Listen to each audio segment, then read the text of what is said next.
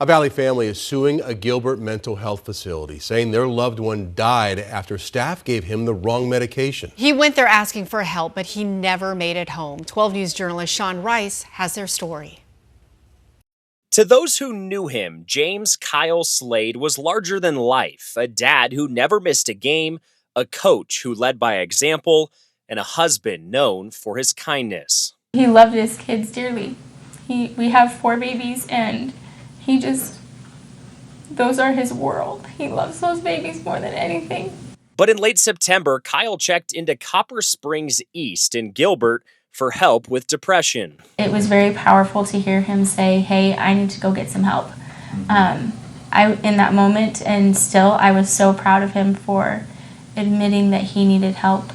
Days later, that decision turned deadly. The family's lawsuit alleges that back on September 28th, a registered nurse hired through an outside staffing agency called out the name James, Kyle's given name, to which he responded to and was handed a cup full of pills. These pills were not what he was prescribed. Instead of Lexapro, Kyle swallowed 90 milligrams of methadone, a synthetic opioid that can kill someone who has never taken it before. Slade's family says the nurse failed to check Kyle's date of birth, never asked him his last name, and never verified that the right medication was being handed out. Giving someone 90 milligrams of methadone they shouldn't get is a big mistake.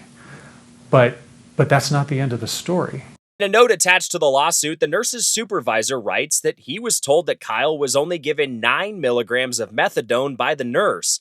Because of this, Kyle was never transported to the hospital and instead was held at Copper Springs for, quote, observation.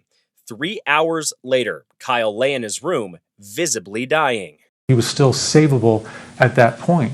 And no one Narcans him. They wait for the fire department to get there and start doing CPR and administer Narcan, and it makes no sense whatsoever. When I saw him, I knew he was in really bad shape. It's one of the hardest things I've ever had to do is, comfort my children in the loss of their dad. Their lawsuit accuses LifePoint Health, the parent company of Copper Springs East, and its staffing contractor of negligence and cost-cutting that put patients' lives at risk. I'm angry. I'm super angry. I'm very, very sad. When I think about what Kyle may have gone through in his final hours, I just can't even explain to you how horrible that is to me. Sean Rice, 12 News.